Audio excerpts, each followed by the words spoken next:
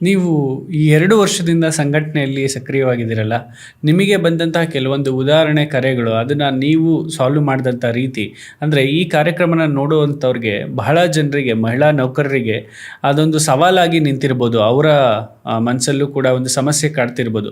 ಆ ಥರ ಇದ್ದಾಗ ಅವ್ರಿಗೂ ಕೂಡ ಒಂದು ಸೊಲ್ಯೂಷನ್ ಸಿಗ್ದಂಗೆ ಆಗುತ್ತೆ, ಈ ರೀತಿ ನಾವು ಕೂಡ ಮಾಡ್ಬೋದು ಅಂತ ಹೇಳಿ.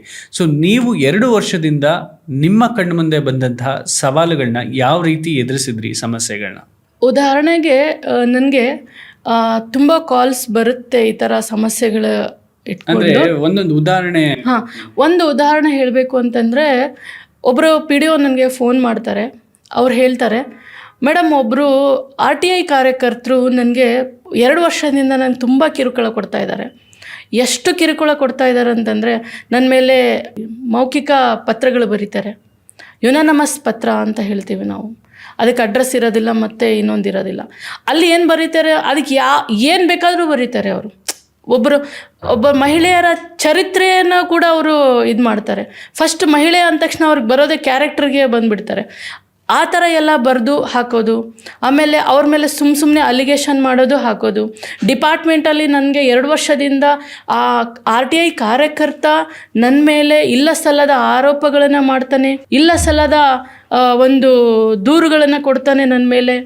ಅದ್ರ ಮೇಲೆ ನನಗೆ ಡಿಪಾರ್ಟ್ಮೆಂಟಲ್ಲಿ ಸುಮ್ಮನೆ ಎನ್ಕ್ವೈರಿ ಮಾಡ್ತಾರೆ. ಆ ಎನ್ಕ್ವೈರಿಯಲ್ಲಿ ಏನೂ ಇರೋದಿಲ್ಲ, ಆದ್ರೂ ನಾನು ತುಂಬ ಕಷ್ಟಪಡ್ತಾ ಇದ್ದೀನಿ. ನನಗೆ ಎಷ್ಟು ಹಿಂಸೆ ಆಗಿದೆ ಅಂತಂದರೆ, ಸುಮ್ಮನೆ ಸತ್ತೋಗಬೇಕು ಅಂತ ಅನ್ನಿಸ್ತಾ ಇದೆ ಮೇಡಮ್, ಸತ್ತೋಗಬೇಕು ಅಂತ ಅನ್ನಿಸ್ತಾ ಇದೆ, ನಾನು ಏನು ಮಾಡಲಿ ಅಂಥೇಳಿ ಅವ್ರು ನನಗೆ ಕಾಲ್ ಮಾಡಿದವಾಗ ನನಗೆ ನಿಜ ಒಂಥರ ಅನಿಸ್ಬಿಡ್ತು. ಅಂದರೆ ಮಹಿಳೆ ಆ ಸ್ಟೇಜಿಗೆ ಹೋಗಿಬಿಡ್ತಾರಲ್ಲ. ಸಪೋಸ್ ಯಾರೂ ಸಿಕ್ಕಿಲ್ಲ, ಒಳ್ಳೆ ಮಾರ್ಗದರ್ಶಕ ಸಿಕ್ಕಿಲ್ಲ, ಯಾರಾದರೂ ಸಾಂತ್ವನ ಹೇಳೋಕ್ಕೆ ಸಿಕ್ಕಿಲ್ಲ, ಯಾರಾದರೂ ಅವರಿಗೆ ಪ್ರೊಟೆಕ್ಷನ್ ಮಾಡಲಿಲ್ಲ ಅಂತಂದರೆ ಅವ್ರು ಸುಸೈಡ್ ಮಾಡ್ಕೊಂಡ್ಬಿಡ್ತಾರೆ. ಆವಾಗ ಎಷ್ಟು ನೋವಾಗುತ್ತೆ ಅಂತಂದರೆ, ಜೀವಕ್ಕೆ ಇರ್ತಕ್ಕಂಥ ಬೆಲೆ ಮತ್ತು ಯಾರಿಂದನೂ ತುಂಬಕ್ಕಾಗಲ್ಲ.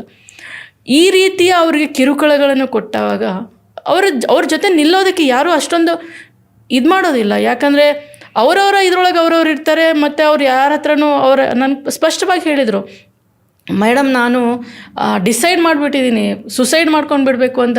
ಇನ್ನೂ ನನಗೆ ಮದುವೆ ಆಗಿಲ್ಲ, ಪ್ರೊಬೆಷ್ನರಿ ಮುಗ್ದಿಲ್ಲ, ಇಷ್ಟರೊಳಗಡೆ ನನಗೆ ಇಷ್ಟೊಂದು ಕಿರುಕುಳ ಕೊಡ್ತಾ ಇದ್ದಾರೆ ಅಂತ. ಮತ್ತು ಇನ್ನೊಬ್ಬರು ಫೋನ್ ಮಾಡಿದರು ನನಗೆ. ಅವ್ರದ್ದು ಯಾವ ಥರ ಇತ್ತು ಅಂತಂದರೆ, ಅವ್ರು ಹೇಳ್ತಾರೆ, ನನಗೆ ಇನ್ನೂ ಪ್ರೊಬೆಷ್ನರಿ ಮುಗ್ದಿಲ್ಲ, ಇನ್ನೂ ನಾನು ಮಗು ಇದೆ, ನಂದು ಚಿಕ್ಕ ಮಗು ಇದೆ, 2 ತಿಂಗಳದ ಮಗು ಇದೆ, ಆದ್ರೂ ಕೂಡ ನನಗೆ ಪ್ರೆಗ್ನೆಂಟ್ ಇದ್ದಾಗಲಿಂದ ನನಗೆ ಕಿರುಕುಳ ಕೊಡ್ತಾ ಇದ್ದಾರೆ. ಯಾವ ರೀತಿ ಕಿರುಕುಳ ಕೊಡ್ತಾರೆ ಅಂದರೆ, ಇವರ ಜಾಗಕ್ಕೆ ಇನ್ನೊಬ್ಬರು ಬರಬೇಕು. ಒಂದು ಜಾಗದಲ್ಲಿ ಇವ್ರು ಇದ್ದಾರೆ, ಇನ್ನೊಬ್ರು ಬರಬೇಕು. ಇನ್ನೊಬ್ರು ಬರಬೇಕು ಅಂದರೆ ಏನು ಮಾಡಬೇಕು, ಅಲ್ಲಿ ಇಲ್ಲಿ ಎಲ್ಲ ಆಮಿಷ ಕೊಟ್ಬಿಟ್ಟು ಇವ್ರನ್ನ ಟ್ರಾನ್ಸ್ಫರ್ ಮಾಡ್ತಾರೆ, ವರ್ಗಾವಣೆ ಮಾಡ್ತಾರೆ. ವರ್ಗಾವಣೆ ಮಾಡಿದವಾಗ ಇವ್ರು KIT ಹೋಗ್ತಾರೆ. KITಯಲ್ಲಿ ಇವ್ರ ಪರವಾಗಿ ನ್ಯಾಯ ಆಗುತ್ತೆ. ಆದರೂ ಕೂಡ ಡಿಪಾರ್ಟ್ಮೆಂಟ್ ಇವ್ರನ್ನ ತಗೊಳ್ಳೋದಿಲ್ಲ. ಮತ್ತೆ ಇವರು KIT ಹೋಗ್ತಾರೆ, ಮತ್ತೆ ಇವ್ರ ಮೇಲೆ ಇನ್ನೊಂದು ಸಲ ವರ್ಗಾವಣೆ ಆಗುತ್ತೆ. ಈ ರೀತಿಯ ಒಂದು ಸಮಸ್ಯೆಯಲ್ಲಿ ಮಹಿಳಾ ನೌಕರರು ಸಿಕ್ಕಾಕೊಂಡವಾಗ ಅವ್ರಿಗಾಗಿ ನಿಂತ್ಕೊಳ್ಳೋರು ಯಾರು?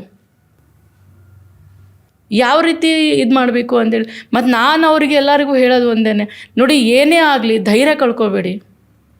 ನೀವು ನನಗೆ ಫೋನ್ ಮಾಡಿ, ನಾನಿಲ್ಲ ಅಂತಂದರೆ ಇನ್ಯಾರಾದರೂ ಯಾರು ನಿಮಗೆ ಅನಿಸ್ತಾರೋ ಅವ್ರ ಜೊತೆ ನೀವು ಮಾತಾಡಿ.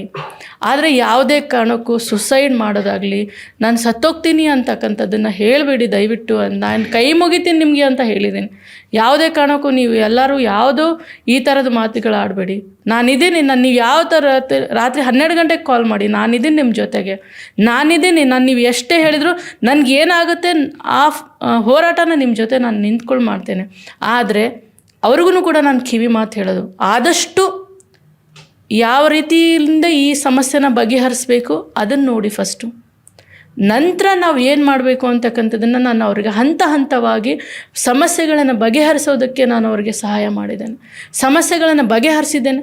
ನಾನು ಅವ್ರನ್ನೇ ಕರ್ಕೊಂಡು ಮಹಿಳಾ ಆಯೋಗಕ್ಕೂ ಕೂಡ ಕರ್ಕೊಂಡು ಹೋಗ್ತೇನೆ. ಅವ್ರನ್ನ ಮಹಿಳಾ ಆಯೋಗದ ಅಧ್ಯಕ್ಷರುಗಳ ಜೊತೆಯಲ್ಲಿ ಸಮಾಲೋಚನೆ ಮಾಡಿಸ್ತೇನೆ, ಮತ್ತೆಬ್ಬ ಅಧಿಕಾರಿಗಳ ಜೊತೆ ಸಮಾಲೋಚನೆ ಮಾಡಿಸ್ತೇನೆ. ಕಾನೂನು ಸಲಹೆ ಬೇಕಾದರೆ ಅವರಿಗೆ ಕಾನೂನು ಸಲಹೆಯನ್ನು ಕೊಡಿಸ್ತೇನೆ. ಅವರಿಗೆ ಯಾವ ರೀತಿಯಲ್ಲಿ ಅವ್ರಿಗೆ ಸಹಾಯ ಬೇಕು ಆ ಎಲ್ಲ ರೀತಿಯ ಸಹಾಯನೂ ಕೂಡ ನಾನು ನನ್ನ ಕೈಲಾದಷ್ಟು ಮಾಡ್ತಾ ಇದ್ದೇನೆ ಸರ್.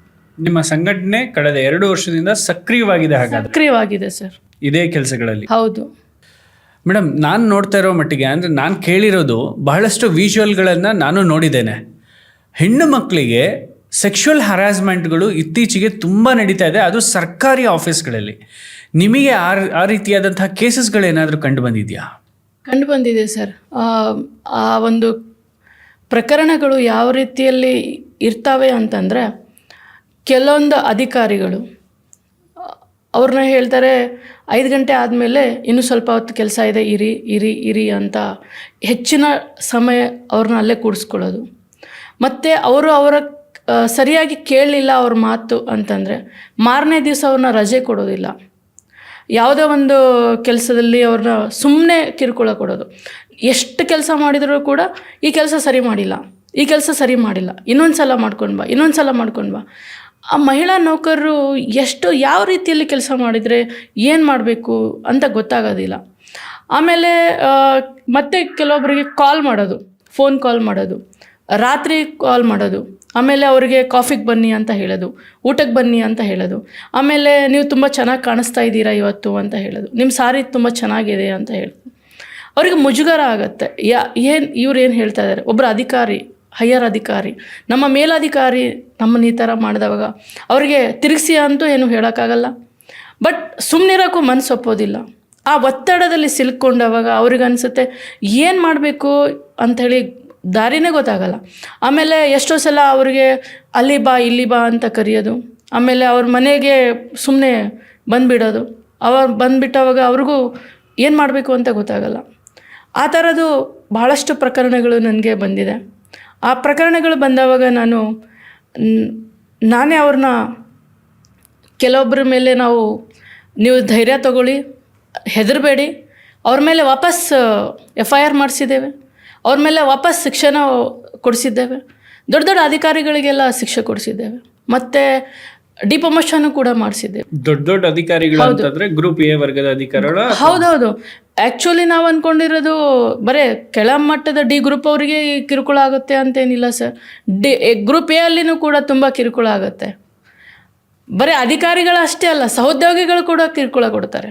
ಅಧಿಕಾರಿ ಅಷ್ಟೇ ಅಲ್ಲ, ಸಹೋದ್ಯೋಗಿಗಳು ಕಿರುಕುಳ ಕೊಡೋಕ್ಕೆ ಶುರು ಮಾಡ್ತಾರೆ. ಅವ್ರ ಜೊತೆನೂ ಕೂಡ ನಾವು ಇಂಥ ಪ್ರಕರಣಗಳನ್ನು ಇತ್ಯರ್ಥ ಮಾಡಿದ್ದೇವೆ ಸರ್. ನೀವು ಇತ್ತೀಚೆಗೆ ಯಾವುದಾದ್ರೂ ಪ್ರಕರಣಗಳು ಇದನ್ನು ಹೊರತುಪಡಿಸಿ ಈ ಭ್ರಷ್ಟಾಚಾರ ಅನ್ನುವಂಥದ್ದು ಸರ್ಕಾರಿ ಇಲಾಖೆಗಳಲ್ಲಿ, ಎಲ್ಲ ಇಲಾಖೆಗಳು, ನಾನು ಒಂದು ಇಲಾಖೆ ಹೆಸರು ಹೇಳೋದಿಲ್ಲ, ಎಲ್ಲ ಇಲಾಖೆಗಳಲ್ಲೂ ಕಂಡು ಬರ್ತಿದೆ. ಅದರಲ್ಲೂ ಈ ಹೆಣ್ಣು ಮಕ್ಕಳಿಗೆ ಹೆಚ್ಚಿನದಾಗಿ ಲಂಚವನ್ನು ಸ್ವೀಕರಿಸೋದಿಲ್ಲ.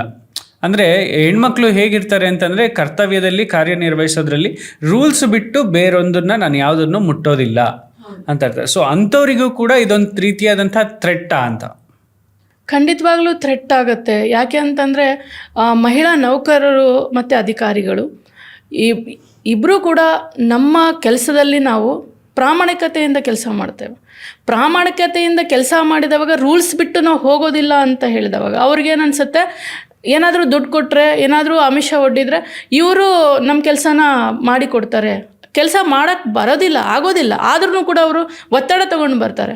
ಜನಪ್ರತಿನಿಧಿಗಳಿಂದ ಒತ್ತಡ ತೊಗೊಂಡು ಬರ್ತಾರೆ, ಬೇರೆಯವರಿಂದ ಒತ್ತಡ ತೊಗೊಂಡು ಬರ್ತಾರೆ, ಇಲ್ಲಾಂದರೆ ಆಮಿಷ ಒಡ್ತಾರೆ, ಇಲ್ಲ ಭ್ರಷ್ಟಾಚಾರಕ್ಕೆ ಒಳಪಡಿಸ್ತಾರೆ. ಆ ಸಮಯದಲ್ಲಿ ಇವರೇನಾದರೂ ಮಹಿಳಾ ನೌಕರರು ಇಲ್ಲ ನಾವು ಮಾಡಲ್ಲ ಅಂತ ಹೇಳಿದವಾಗ ಬೇರೆ ಬೇರೆ ರೀತಿಯ ಕಿರುಕುಳನ್ನು ಕೂಡ ಮತ್ತೆ ಅವ್ರಿಗೆ ಕೊಡೋದಕ್ಕೆ ಪ್ರಾರಂಭ ಮಾಡ್ತಾರೆ ಅವರು. Thanks for watching this wonderful episode. So ಇದೇ ರೀತಿ ಪ್ರತಿಯೊಂದು ಎಪಿಸೋಡನ್ನು ಕೂಡ ವಿನೂತನವಾಗಿ ವಿಶೇಷವಾಗಿ ನಿರ್ಮಾಣ ಮಾಡ್ತಾ ಇದ್ದೇವೆ. ಇದಕ್ಕೆ ನಿಮ್ಮೆಲ್ಲರ ಸಹಕಾರನೂ ಇರಲಿ. ತಪ್ಪದೇ ಸಬ್ಸ್ಕ್ರೈಬ್ ಮಾಡಿ ಕನ್ನಡ ಪಾಡ್ಕಾಸ್ಟ್. ಹಾಗೆ ಈ ವಿಡಿಯೋ ನಿಮಗೆ ಇಷ್ಟ ಆದರೆ ಮಿಸ್ ಮಾಡದೆ ಶೇರ್ ಮಾಡಿ, and don't miss to like our episodes. Thanks for watching. Subscribe ಮಾಡಿ ಆ್ಯಂಡ್ ಬೆಲ್ ಐಕಾನ್ನ ಕ್ಲಿಕ್ ಮಾಡಿ so that every episode is gonna be notified. Keep watching. Spread smile forever.